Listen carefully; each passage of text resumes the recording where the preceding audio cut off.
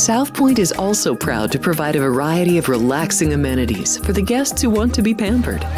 Soak up the sun and let your stress melt away in our lagoon-style paradise swimming pool. A relaxing getaway where you can bask in the desert sun and enjoy seasonal food and bar service.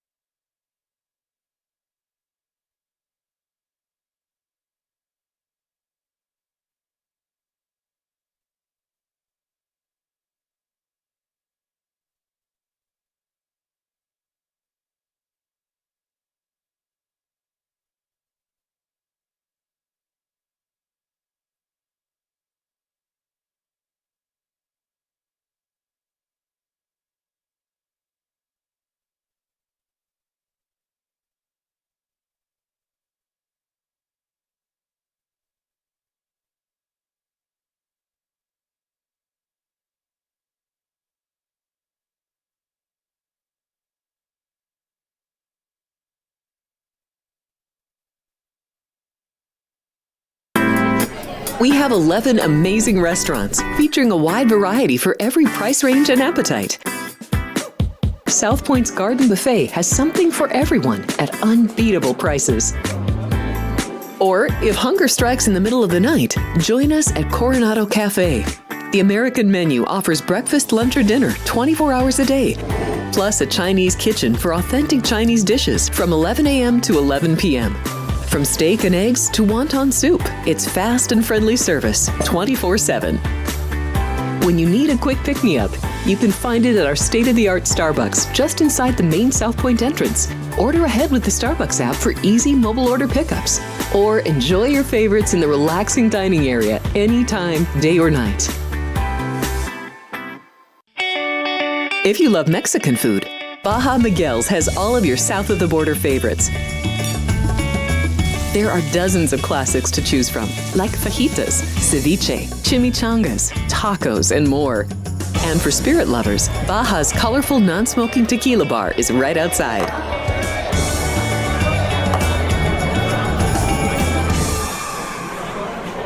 Hi, I'm Kurt Angle. I represented the United States in the Olympics in 1996 and won a gold medal. Then I parlayed that into a pro wrestling career. I saw a commercial a few years ago. Tunnel to Towers Foundation made a promise. The Tunnel to Towers Foundation is paying off the mortgages for Gold Star families with young children. I thought, this is really cool. I want to be a part of it. My dad served in the Army for 30 years. We didn't have a lot of money, but he made sure we had what we needed. He set a great example for all of us. He died in a construction accident my freshman year in high school. When he died, we didn't have any income coming in, and we ended up being forced to move out of our house. I was devastated. So I understand what these families are going through, and to have an organization like Tunnel to Towers come in and pick you up and carry you and give you a home to live in, I think that's just amazing. I'd like to ask you to donate $11 a month to support these efforts by going to t2t.org or calling 1-844-BRAVEST. The following is a Race Day Las Vegas presentation in association with Siraco Productions Limited on the Race Day Las Vegas Radio Network.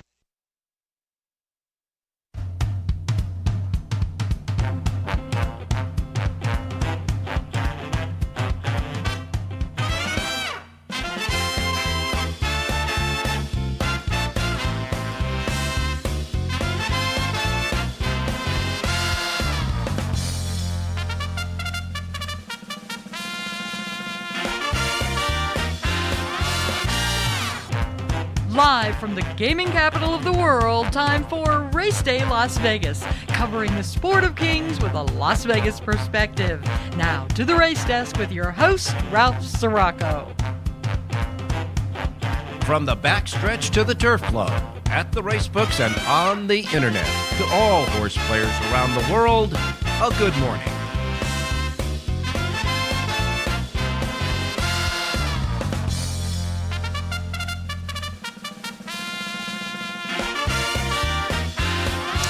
All righty, good morning, everybody. Welcome to the Race Day Las Vegas radio program for this almost Friday, Thursday. We welcome you to the show as we come to you live and direct from the South Point Studios at the South Point Hotel Casino Complex on Las Vegas Boulevard in your gaming capital, and of course on the YouTube South Point Streaming Network. We welcome you to the show, and I can tell you right now the chatters are just chatting away already on the YouTube site. So if you've never tried it, go to YouTube. Punch in South Point Studios. When you get to that page, punch in the Race Day logo there, and you'll be on the Race Day page. And on the Race Day page, on the right-hand side, you'll see all the chatting that's going on in the chat box. And if you want to participate, which we hope you do, to be interactive with our show, just to hit the subscribe. If you haven't already, if you've subscribed already, no problem. You just start chatting. And if not, you can hit subscribe. It is free of charge. Doesn't cost you anything. Hit subscribe, and you'll be chatting away as well on this Thursday show from Las Vegas. And, of course, we welcome all of our listeners here in town, running around town with, of course, the traffic at this time of the morning here in Las Vegas on our anchor radio station here in Vegas, Sports Talk 1400 AM and 107.1 FM. And, of course, all of the websites that we have are racedaylasvegas.com, .vegas, .world, .global. We got them all. We, of course, stream on that as well. And we are taking care of your devices, your iPhone, Android, and, of course, your Google phone. So you can get your apps for the Race Day show, either the YouTube app that you can see and hear us, or the KSHP app that you can hear us through the radio station, at your app stores for your devices, and, of course, anywhere you get your podcasting. Simply put, however, wherever, whenever, welcome to the Race Day show for this Thursday. Hey, it's 51 degrees right out now outside here in Las Vegas. We're going to get up to 71. This is the parameters that we'll be dealing with all through the weekend in case you want to come up and spend the weekend here, maybe in the racebook here at the South Point, with two huge cards coming up on Saturday, both at Gulfstream and at Santa Anita. It's going to be a fun day of racing between those two venues, that's for sure. And since they're on opposite sides of the country, it'll be going from morning, noon, and right into the beginning of the evening, that's for sure. And, of course, if you want to, like I said, the overnight lows are going to be between the high 40s and low 50s overnight. In the afternoons, it'll be in the low 70s to the mid 70s with sunshine here in Las Vegas, and it's always fast, firm, and perfect in our racebooks, as you know. All right, we have a pick six carryover today at Aqueduct. I want to remind you that on Sunday, Gulfstream Park will have a mandatory payoff in their pick six, their jackpot pick six pool. So if you don't hit it on Saturday, it's going to be a big kind of an instant horse player holiday on Sunday for the mandatory payoff in the pick six at Gulfstream Park, because, on Saturday they'll be playing away on that thing on just a fabulous card at Gulfstream Park. They'll have 9 stakes races on Saturday at Gulfstream Park, 4 grade 2s, 4 grade 3s amongst the 9. And at Santa Anita, you'll have 4 stakes races, 2 grade 1s and 2 grade 2s. And in addition to and by the way, Aqueduct will have 4 stakes races, 2 grade 3s, plus 2 others. And in addition to the Kentucky Derby point-getting races, both at Aqueduct, Gulfstream, and at Santa Anita, and the Kentucky Oaks point-getting races at Aqueduct, Gulfstream, and Santa Anita. Santa Anita will also have their historic Santa Anita Handicap, the big cap. That'll be part of the Saturday program as well. So it's going to be a great day of racing on Saturday. We're going to be setting it up for you as we did yesterday with John Linda. We got Jonathan Hardoon back with us today. And so Jonathan will, of course, we'll go over those races with Jonathan today. Jonathan will be here along with Rich Eng, John Lindo, and Jerry J as well. And like I said, it's going to be some great racing on Saturday. Hey, I want to thank Jonathan Hardoon, although he wasn't with us yesterday, for a couple of winners yesterday He gave us 2 winners out of 2 picks yesterday on the card. At Gulfstream Park, Luis Saez had a couple of wins. He won the second race for Mike Maker, who had a couple of wins as well, paying $820. Came back in the 6th race, Saez did, and paid $760 there. As far as Mike Maker, of course, he had that second race winner. He came back in the final race of the day with Edgar Zayed aboard at $1460.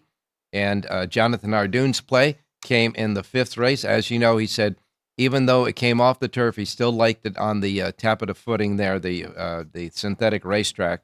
And Oxar, under Leo Salas, wins the race and pays $10 even. So thank you very much for that, Jonathan. And this horse came from dead last in the race, completed circled the field on the turn, and then got up to win. Oxar wins for the race day listeners. Jonathan Ardoon's pick at $10 even. And in the just in case you're wondering about Jonathan and his selections, we tell you about all our handicappers, how well they do and how much work they put in their product, their handicapping sheets. Now, Jonathan gave us a winner at Gulfstream Park, but if you got his sheet yesterday, you really hit the bonanza in the 8th race, where his top selection won and paid $18.80. His second selection ran second in that race, and the $1 exacta paid $196.30. So Jonathan doing good work there. The late pick 5, by the way, Gulfstream paid $14,164.40. And, of course, at Tampa Bay, that was where Jonathan's other winner was. But before that race, Jonathan's pick came in the 8th race. But if you saw the 7th race at Tampa Bay, I mean, this was an absolute disaster. They opened the starting gate. Some of the horses came out, some didn't. One came out without the jockey. The other one came out and took 3 steps and just stood there. And for the purposes of wagering, there were only 3 horses left going down the backstretch, so they called the race immediately as a no contest. But if you have a chance, you really have to see if they will show the replay of the 7th race that became a no contest after the debacle at the starting gate. Thank goodness they got that starting gate situation resolved by the next race, which was the 8th race, Jonathan's pick, because Jonathan's horse, Mystic Loot, won that race as well, paying $10 even. So Jonathan gave us 2 $10 winners yesterday, even though he wasn't here. And at Turfway Park, I wanted just to mention that Dwayne Carlucci gave us an exacta box that he wanted. One of the horses was scratched, so it was no play in that race. One of the 2 horses in the exacta box was scratched. All right, taking a look at some of the news, especially for the Triple Crown and, of course, the Kentucky Derby. The Rebel winner in the race is going, they're expected to go in the Arkansas Derby, but they're going to wait and see how Cole Battle came out of the Rebel for that one. The runner-up, Sandman, actually finished 3rd. Sandman finished 3rd. He's going to go to the Arkansas Derby on the 29th of March, so Sandman will be back. And Matticat Road, who finished 2nd in the race, that's a Bob Baffert trainee. He went back to Southern California. Baffert has no plans immediately for Matticat Road and his next start. However, Baffert said he's going to regroup with a horse called Gaming. You remember Gaming had a couple of disappointing runs lately, so he's going to regroup with that 3-year-old. But his top 3-year-old, Citizen Bull, is on target for the Santa Anita Derby on April the 5th. So just want to keep you posted about that. And talking about overseas, there are some horses that are Derby qualifiers overseas, and it seems that a horse called Opera Ballo, which is a Godolphin-owned horse, is the Euro points leader right now in the Kentucky Derby. But they say that they're going to probably keep him back in Europe and keep him on the Euro Classics on the turf course there. So we'll wait and see about that. Now, as far as the leaderboards are concerned, if I can get the computer to work here, there we go. As far as the leaderboards are concerned, the Kentucky Derby leaderboard, Cole Battle, the winner of the race on Saturday at Oaklawn Park, the Rebel Stakes winner, is now the leader. He has 70 points with that win in that race.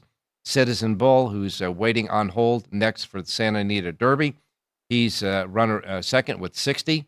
Then you got Getaway Car at 36. Built at 35, Madigan Road at 31, although we don't know what he's going to be doing. Sandman, who will go in the Arkansas Derby next, has 29. Speed King has 25. Chunk of Gold has 25. Burnham Square has 20, along with Disco Time, Captain Cook, John Hancock, and California Burrito. All of those have 20 each. As far as the Kentucky Oaks leaderboard right now, and of course this is before this weekend because there are three races each for the Kentucky Derby and the Kentucky Oaks leaderboard that has 50 points up for grabs. But now, just before we get into the weekend, the high total point getter for the Kentucky Oaks is the winner of the Honeybee at Oaklawn Park over the weekend, Quiet Side, with 68 total points. Good Cheer has 45. Then you got Tenma at 33, La Cara at 33, 5G at 25, Muhima at 25, Eclatant at 23, Take Charge Milady at 20, along with Simply Joking, Runnin' and Gunnin', White Rocks, Her Laugh, and Running Away. They all have 20 on that in the top of the leaderboard there for the Kentucky Derby and Kentucky Oaks. All right, well, today, as I say, we got Jonathan Hardoon with us, of course, Rich Eng, John Lindo, and Jerry J. And we will have, of course, your racing menu coming up next. There are no cancellations to speak of today around the country. The weather's starting to finally get good after all of that bad weather we've been experiencing over the racetracks around the country. The only bugaboo for the entire nation is clear except for the northeast quadrant, way up north by the Canadian border and in Maine. They're getting snow, and you got rain going through parts of Pennsylvania, New York, and New Jersey.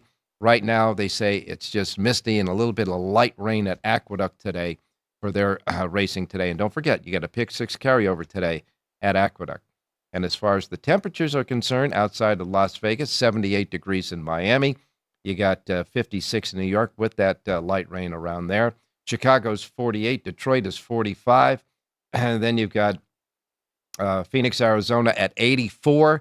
Southern California, Los Angeles, 83. But there's no racing there today at Santa Anita.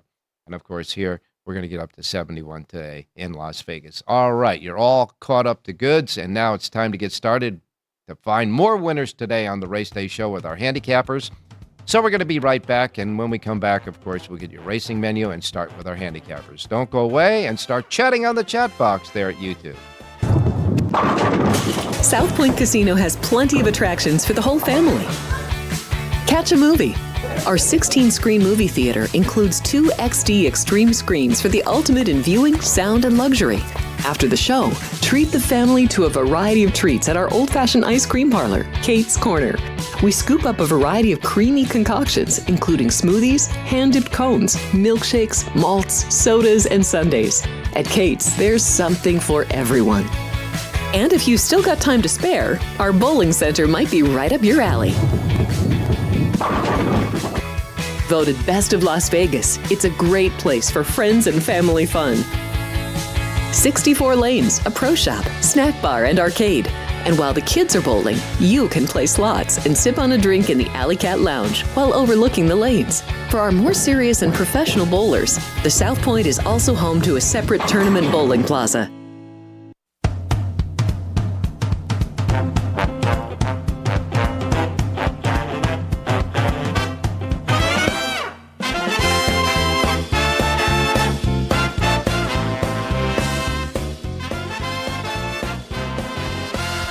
Alrighty, back on Race Day Las Vegas for this almost Friday, Thursday.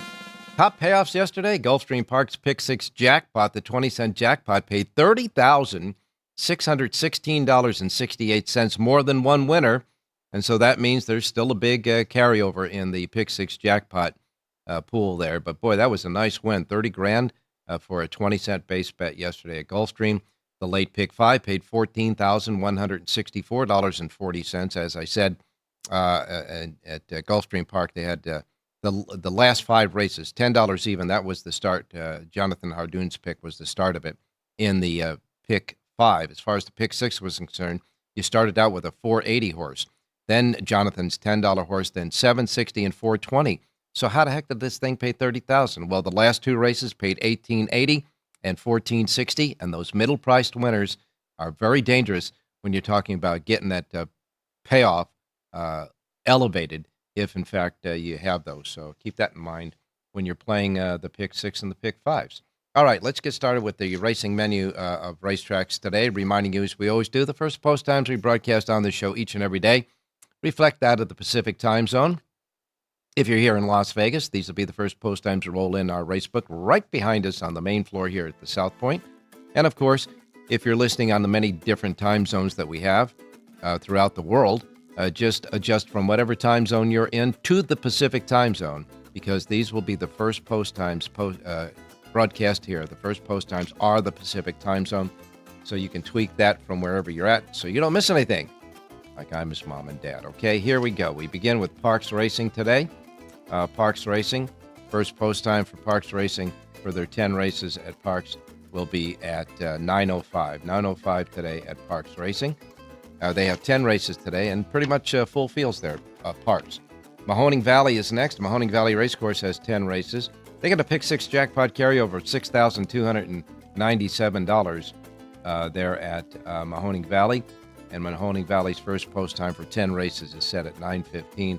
9:15 at Mahoning Valley Racecourse. All right. Next comes Gulfstream Park. Gulfstream Park has 9 races today. Their first post time is 9:50. And as we say, they still have a big pick six jackpot carryover. It stands at $247,754. $247,754 at Gulfstream today for their Rainbow Pick Six carryover. Remember, if it doesn't get hit with a single ticket today, tomorrow, or Saturday, then a monster carryover for the mandatory payoff on Sunday. But today, it stands at $247,754. You've got 9 races today at Gulfstream and a first post time of 9:50. Aqueduct is next, the big A in New York, as we say. They tell us that Aqueduct is a little bit of rain going on there now, light rain. 47 degrees will be the temperature at post time. The track is labeled fast there at Aqueduct today. Their pick six carryover, $20,328.99 if you want to be exact. $20,328 in that pick six carryover at Aqueduct. 8 races today. First post time is at 10:10. 10:10 at Aqueduct. Fairgrounds kicks in with 9 races. Their first post time at Fairgrounds is set at 10:45. 10:45 at the Fairgrounds. Sunland Park will have 9 races today. Their first post time at Sunland Park is at 11:25. They got a couple of small carryovers there. Pick 5, $116. Super High 5, $425. Nevertheless, they are carryovers. Sunland Park has a 9-race card with their first post time at Sunland, sitting there at 11:25.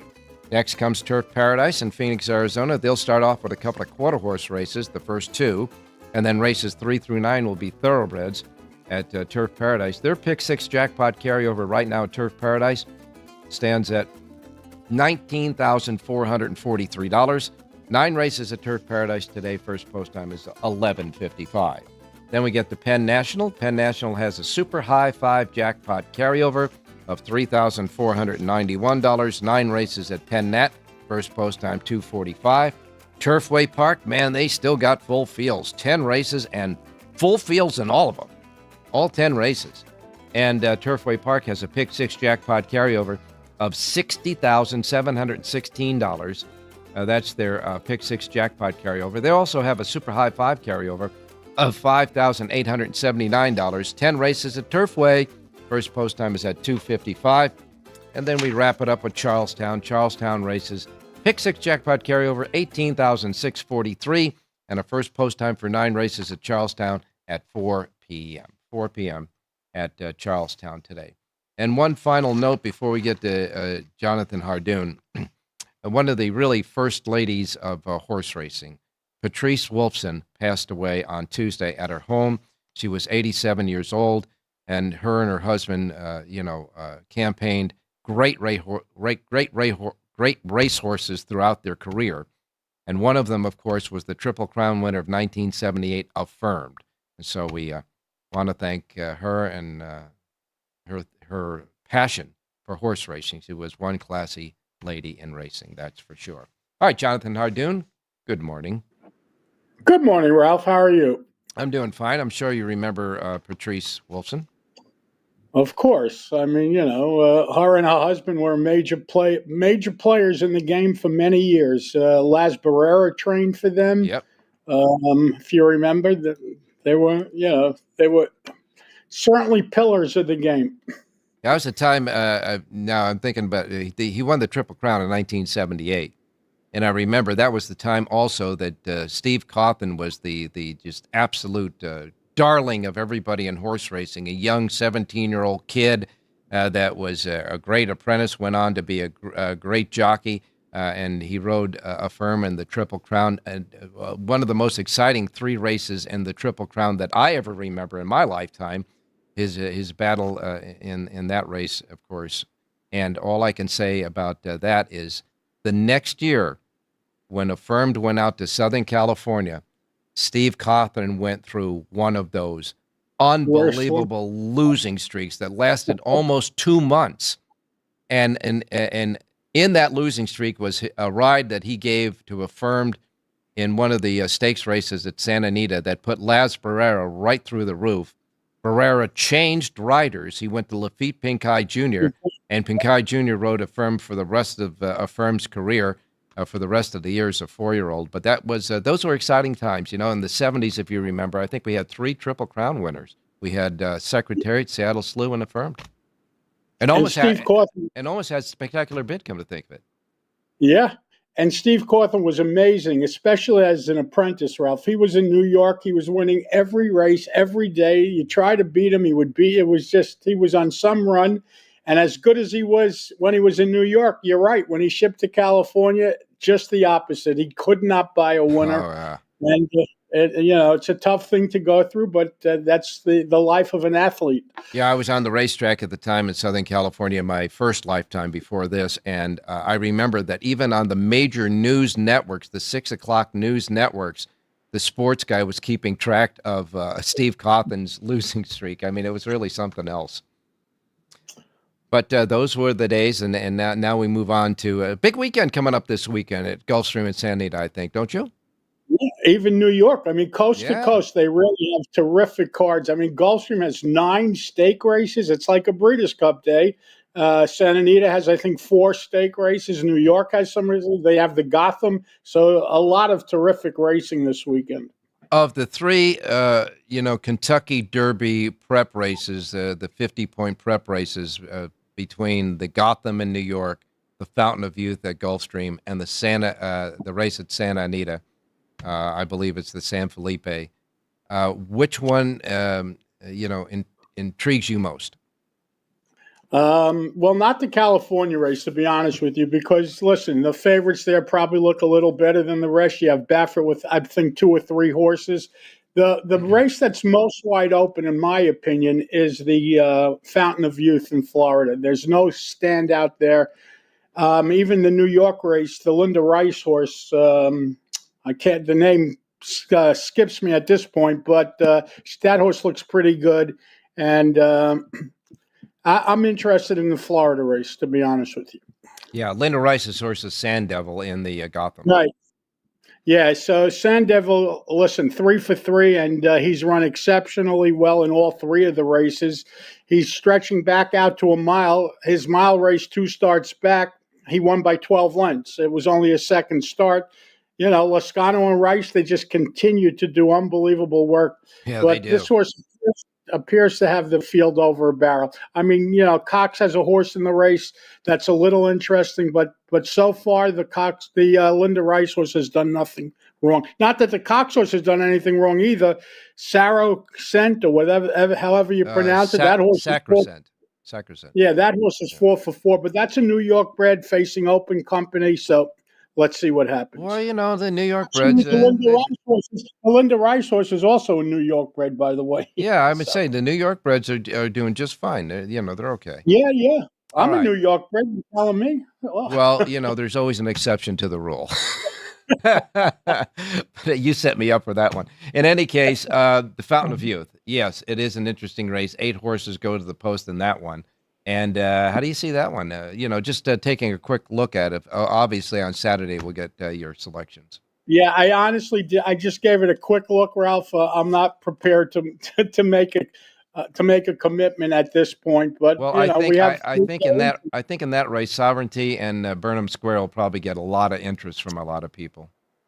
Yeah, well, Burnham Squares goes for his third in a row. He's won his last two races, and he beat a nice Cox horse last time out when winning the Holy Bull. So he hasn't done anything wrong. Ian Wilkes certainly knows how to get these horses right at the right time. So let's see what happens. Well, we got to see what happens in Southern California too, because Bob Baffert in the San Felipe, there's 6 in the race, and he's got 3 of them. So here we go again with one of those situations where, you want to get in the Baffert barn if you're any jockey, and you're not going to go out there and try to press a Baffert horse so you both go down in flames. So it's going to be a race where they got to figure out which one wants to go to the lead, et cetera, and just to play it from there. But, the horse that everybody is waiting to see run again is Barnes. I mean, he's going to be the odds-on favorite, I would think, out of the 3 Baffert horses. And, of course, Barnes is, trying 2 turns. Yeah, he's 2 for 2. You're right. He's stretching out for the first time to a mile and a 16th, first time around 2 turns, but he's done nothing wrong. I'll tell you one thing. He ran super in his second start last time out in the San Vicente. If you remember the race that he won at Churchill, he had a bit of a tough trip that day. He had to work to win that race. Martin Garcia rode him that day. Then he came back to California and he hooked up with Juan Hernandez. Juan Hernandez is going to stay aboard, and it's going to be interesting. But like you said, Ralph, when you have 3 of 6 horses in the field, it's not exactly fair, but that's the way it goes. Jonathan, of course, Baffert has in the past, I think maybe even during this meet, had a cluster of horses in a short field at the track, but he got beat. I think Dick Mandela beat him where he had 3 horses in a race that again didn't get there. And the same scenario might play with journalism. Mike McCarthy sending out journalism, and this is a nice horse. Journalism. If someone's going to beat him, it's going to be journalism. Yeah. That horse is making his first start as a 3-year-old. He was last seen, I think, at Los Al, if I'm correct, and he won that race. That race was a distance race. He ran super that day, and now he gets to. And I think he beat a Baffert horse that day as well. So. Who knows? I think it's going to, I know that you think that the less interesting of the 3 races might be the San Felipe, but I think that might be a very interesting outcome in that race because I think there's going to be a chess game going on there. And then you got Flavien Prat, which is the X factor on one of the Baffert's horses, Rodriguez. I know Rodriguez kind of disappointed last time, but Prat might make the difference there. It's first time Pratt away from Juan Hernandez. I don't know if Juan Hernandez had the choice to ride Barnes or Rodriguez, but listen, we've watched Pratt forever, Ralph. We've watched him even this year. Every time he ships into a track track for the weekend, he seems to come away with a lot of wins. He always seems to make the right choice. If you remember last week, he was on a maiden that ended up running very well at Oakland. He finished 4th. You remember we couldn't understand why he was riding that horse? Yes, he rode that maiden for Steve Asmussen, I remember. And right. And let me tell you something. You watch that race, you put that horse on your horses to watch list.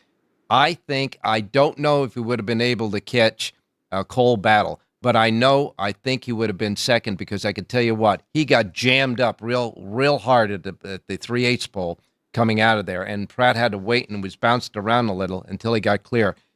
At the end, when you saw the gallop out at the end after the finish line, he was moving faster than anybody else in that race. Keep that horse in mind, and I'll try to get his name. I got it written down somewhere because I do want to bet that horse back.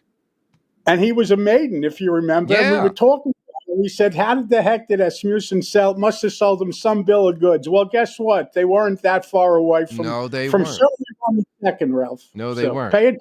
He knows where he's going when he rides. And of course, we got the 3 Kentucky Oaks prep races. You got the Busher at Aqueduct and the Devonadale at Gulfstream. And then on Sunday, you got the Santa Isabel over at Santa Anita. And as far as the 3-year-old fillies, I haven't figured out what the heck's going on yet, but we'll have a better handle on it after the weekend. But as you say, there's a bunch of stakes races on the undercards of these races, and some horses that we've been waiting to come back are coming back. Mindframe is going to go in the Gulf Mile. Neat comes out to California to run in the Kilroe Mile. And Locked also comes out to California to run in the Big Cap at Santa Anita. So it's going to be an interesting day of racing and stakes races at both places. Can't wait to get started on that. And Locked is real good now. The interesting thing is they're actually making an equipment change. They're putting blinkers on Locked, so maybe that'll make the difference. But he's unbelievable. He's one of the top, he will be certainly one of the top horses this year, and older horses anyway. So good for them keeping the horse in California. They had an option to go out to Dubai or wherever, but they opted to stay home. And that's a good thing. Aaron Wellman did the right thing, especially he's for California. He's from California, so why not show the horse off in California? Yeah, no question about that. That's for sure. And in that race, along with Locked, who is, coming out to California, you also got your man, Brad Cox, showing up with Hit Show. Yeah. All right. Locked is the horse to beat, though, Ralph. All right. You're talking about, yeah, I know. I'll probably land on that horse too. But in any case, today, when you say you got some top horses running around the country, we got a top handicapper here. You gave us two winners at a two plays yesterday, and they were both nice prices, $10 winners there. So let's get started. Let's build on that, buddy. Two major tracks running today that we do, Aqueduct and Gulfstream. No Oaklawn, no Santa Anita. They resume tomorrow. But we're going to look at Aqueduct's 8th and final race, and we have a pick six single for you here. You said there was a carryover. 8th and final, the number 1A, Badge of War, part of an entry for the Richard Dutrow. This horse really is on the improved. Graduation day today. Eric Kinsella aboard to ride. Number 1A, Badge of War, wins today's 8th and final out at Aqueduct. Pick 6, pick 5, pick 4, pick 3 single. Well, that's enough. It's a pick everything race, that's for sure. You got two scratches coming out of that race: the 5-horse Timing Difference and the 9 Golden Symphony. So Golden Symphony. The 5 the two price horses they came out. It's not going to affect the odds much, I don't think. Good. Okay, so in the 8th and final race, the 1A. Now, for some reason, if this horse gets scratched later in the day, you don't want the 1, right? No, I want the 1A. All right, 1A or nothing. 1A or nothing. Badge of War or nothing in the 8th and final race at Aqueduct. And now we'll go to Gulfstream, your other track of the day.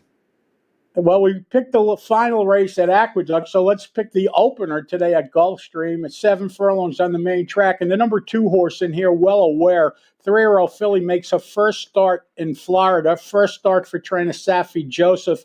Last seen in August at Ellis Park. I love the barn switch. Irad Ortiz takes the mount, 4-1 on the morning line. Number 2, Well Aware, wins today's opener out at Gulfstream. All right, first post time at Gulfstream Park is 9:50 a.m. Pacific time. That first race, you like the 2, Well Aware. 1 scratch in that race. That's the 5, Downtown Row. The 5 is out of that race, but the 2, Well Aware, is the winner of the opener today for us at Gulfstream Park, starting off that early pick 5. All right, you got a full sheet at Gulfstream and Aqueduct right at your website. JONHARDOON.com. Thank you, Ralph. Stay safe. Be well. We'll chat tomorrow. All right, and you get to work, buddy, because there's a lot of races we got to go over on Saturday. I'll be ready. All right, thanks a lot, Jonathan. Hey, we're going to be right back with Rich Yang, and of course, we've got John Leno and Jerry J on deck yet, so don't go away, and chat away as well. We'll be right back. Here we are in Houston, opening up our first veteran village. This beautiful building that's going to house 161 homeless veterans. Any veteran that risked their lives and are struggling with PTSD, mental illness, addiction. We're also building what I call comfort homes, 500 square foot homes. These are for older homeless veterans, so they have their own space and give them back some of their dignity, some of their independence, and most certainly give them back their life. Go to T2T.org to learn how you can change a veteran's life forever. South Point offers all the types of entertainment you'd expect at a first-class Las Vegas resort. Did you know our 400-seat showroom is one of Las Vegas's top destinations for live entertainment? Enjoy live performances by classic Vegas entertainers, bands, and today's hottest comedians, plus a rock and dance floor. You can also enjoy live entertainment at the Grand View Lounge, where you'll feel all the vibes of old Las Vegas. Enjoy the music, and if you love to laugh, don't miss The Dirty at 12:30, our very own free comedy show, every Friday night at 12:30 a.m. in the Grand View Lounge. The Dirty is 100% free, so arrive early. Go to southpointcasino.com or call the box office at 77136 for today's performances at the showroom and the Grandview Lounge. When you're ready for your favorite cocktail, stop in and unwind at one of our 7 specialty lounges. There's a bar around every corner, because you're in Vegas, baby.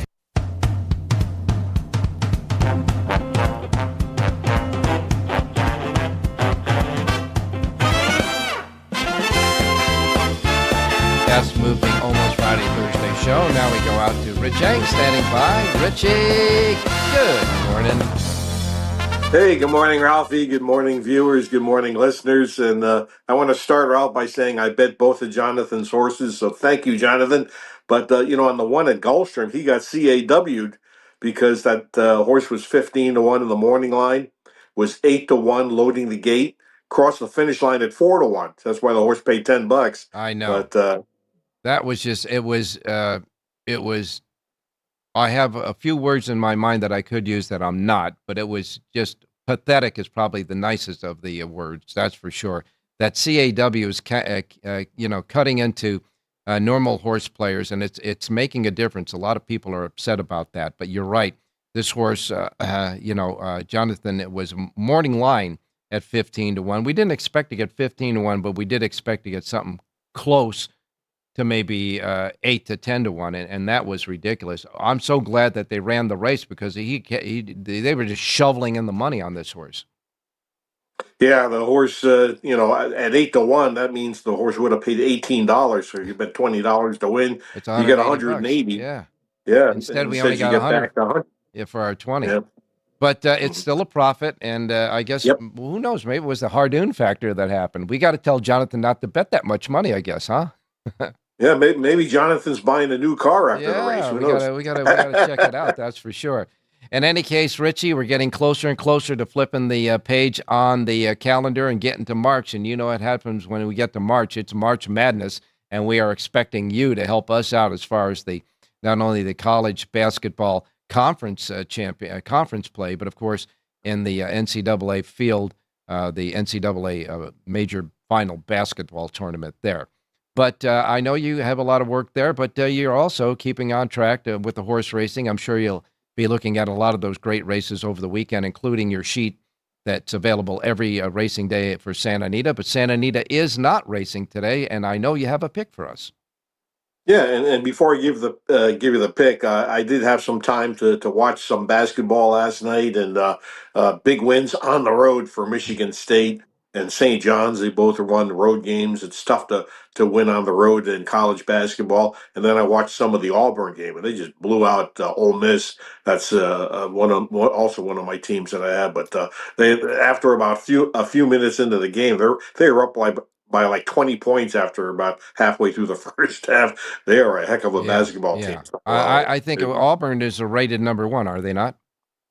If they're not number 1, they're number 2. No more, no lower than that. But between them and Duke, I guess, are going back and forth. But I got to say that St. John's with that coach Patino, he knows how to win, and he, by the way, is he's a horse owner too. He loves racing. Yeah, he. In fact, I saw a video of him that he did like yesterday. Yeah. Where he talked about a horse that won at Aqueduct just a couple of days ago. Mm-hmm. It's got a Greek name, and he said he named it after his agent in Greece when he was coaching pro basketball over there. Yeah. But he's still very active in the horse racing game. All right, well, give me a horse today. Let's go to Aqueduct race number 5, Ralph. I'm going to try the number 2, Dr. Kraft. 9-2 in the morning line. Lane Luzzy is a good long shot jockey, and I'll tell you how old I am, Ralph. When I worked in New York back in the early '80s, his dad, Mike Luzzy, was one of the top 10 jockeys in New York. Now Lane's the kid. He's a good long shot jockey. He rides really hard on these price plays. This horse will be coming from the back. Number 2, Dr. Kraft in the 5th. 5th race, the anchor race in the early pick 4, early pick 5, and part of that pick 6 with the carryover today at Aqueduct in the 5th race, the two horse Dr. Kraft, the 2 in the 5th, Richie's play.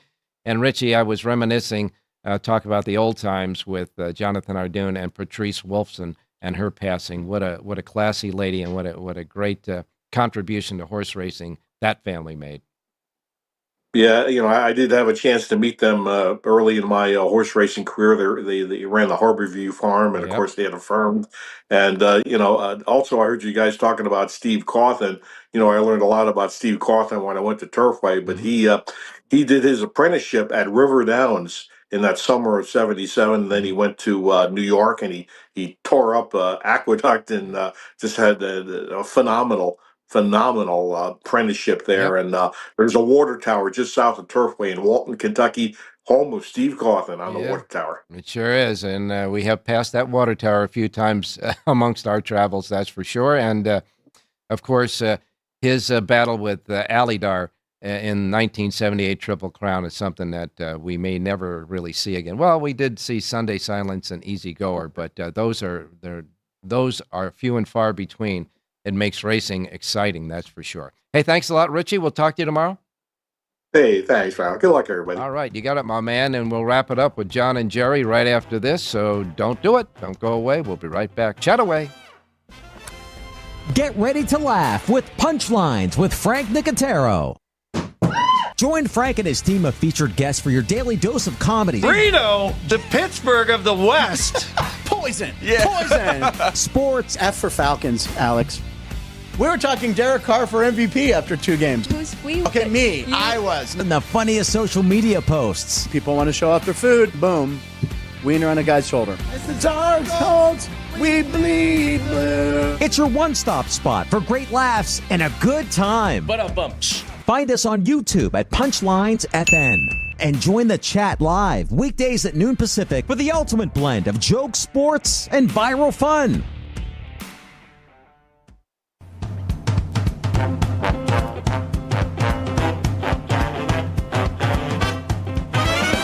The Race Day Las Vegas Show, the only exclusive daily local media racing information source in Las Vegas. All righty, back on Race Day Las Vegas. Now we're going to go out to Southern California where John Lindo is standing by. And lo and behold, John Lindo has a Lindo report today here at the South Point for Gulfstream Park today. So, John, good morning. Good morning, Ralph. How you doing? I'm doing fine, my man. We were just kind of reminiscing a little bit about the old times with the passing of Patrice Wolfson, but some great racing, and part of that great racing in the old time made the history what it is today of the Santa Anita Handicap that'll renew on Saturday.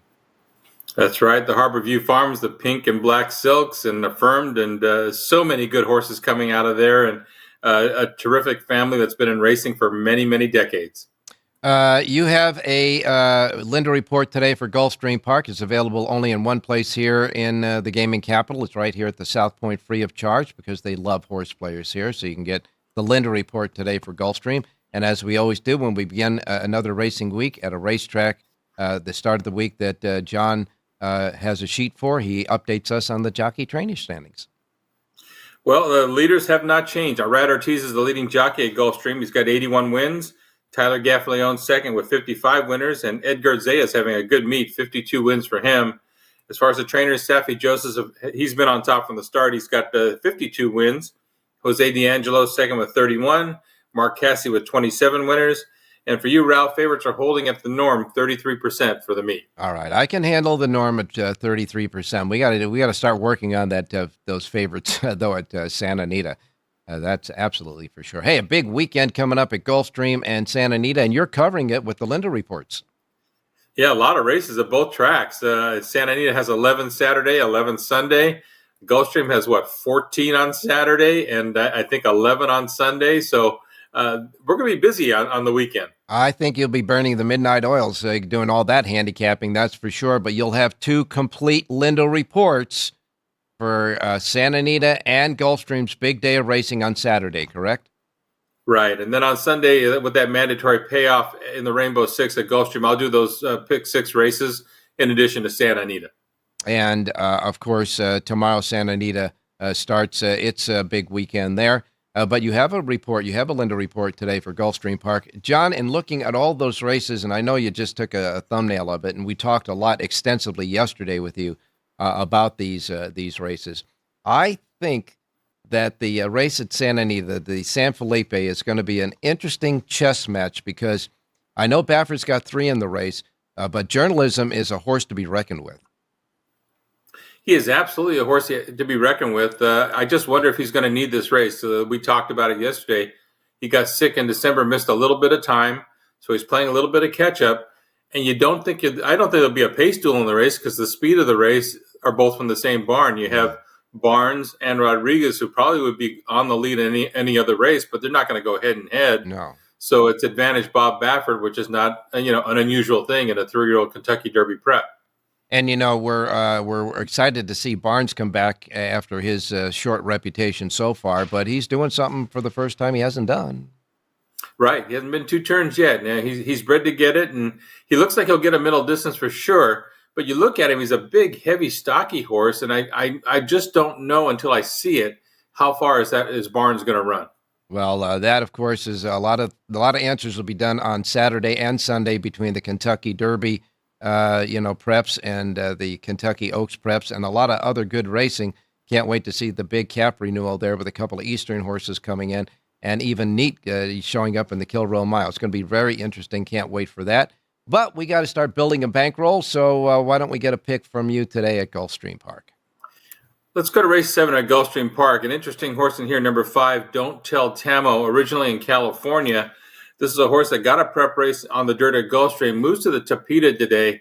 This horse had worked very well on the Tapeta training track at Santa Anita. He's by a good synthetic track sire, Bucaro, and the Kent Swinney barn has done very, very well in the Tapeta races at Gulfstream. I got a feeling this is why the horse went back to Florida, was to get on the synthetic track.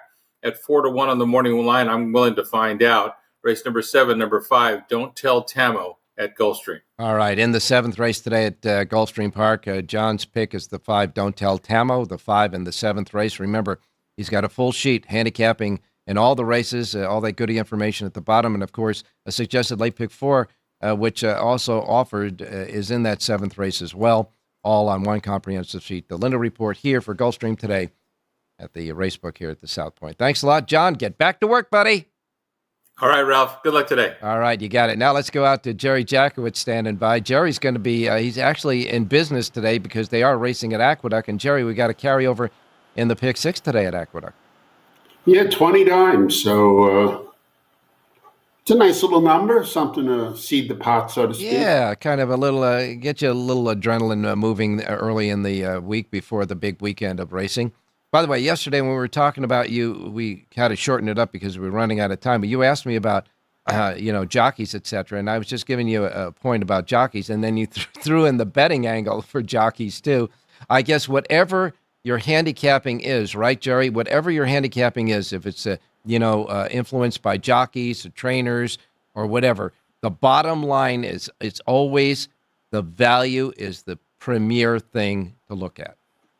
Yeah, well, you have to make a judgment. In other words, if you look at one horse, you say this horse is much better than everybody else, and you decide on what's a fair price for that horse, that if you played that horse 100 times, you'll make a profit. I mean, that's what you want to do. So, but if you ever look at a race and you've come out and however you've calculated, using jockeys and what have you, that the race is dead even, that all comes out to dead even, well, then the only thing that matters is the price, and everything else has been neutralized by each other. So, and I know that you also stress the use of your bankroll, whatever it may be, and the percentages of your bankroll when you buy into a race or a gimmick, right? Well, your bankroll should remain pretty constant. You should be sort of be betting the same amount. You don't want to bet a little bit of money on a winner and then a lot of money on a loser. That's that's a losing way to play. So you can't mastermind those things. You kind of just have to say, look, I'm betting $50 a race, and however many races that works for, and just stay with that. And then you can move it up to 55 or up to 60 or back to 45 or 40 if things are not going your way. But you want to stay pretty much with the same amount per wager.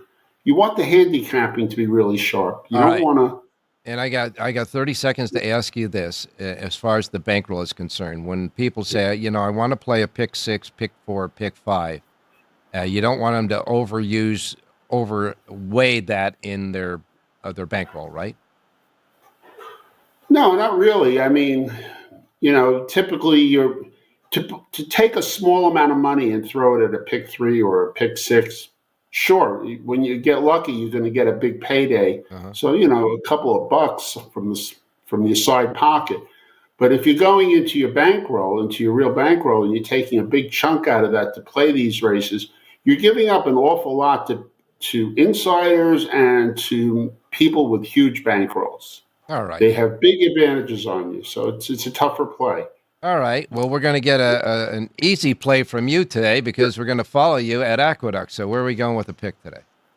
Let's go to the second race, Ralph. Maybe we'll get it started. There's a little bit of light rain. Right now, I think the track is considered fast or wet fast. Number 3, Backstretch Rose, really appeals to me. This filly is blinkers off.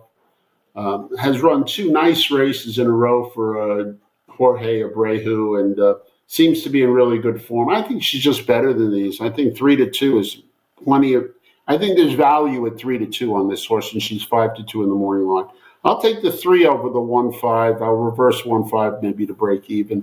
I'm really all about the 3, Backstretch Rose, in race number 2 today. All right, second race at Aqueduct, part of the early pick 5 and the start of the early pick 4. 3 horse, Backstretch Rose, the 3, Backstretch Rose. Only 2 link-ups, the 1 and the 5, just to break even, but you really like the 3 in that race, and that's the second at Aqueduct.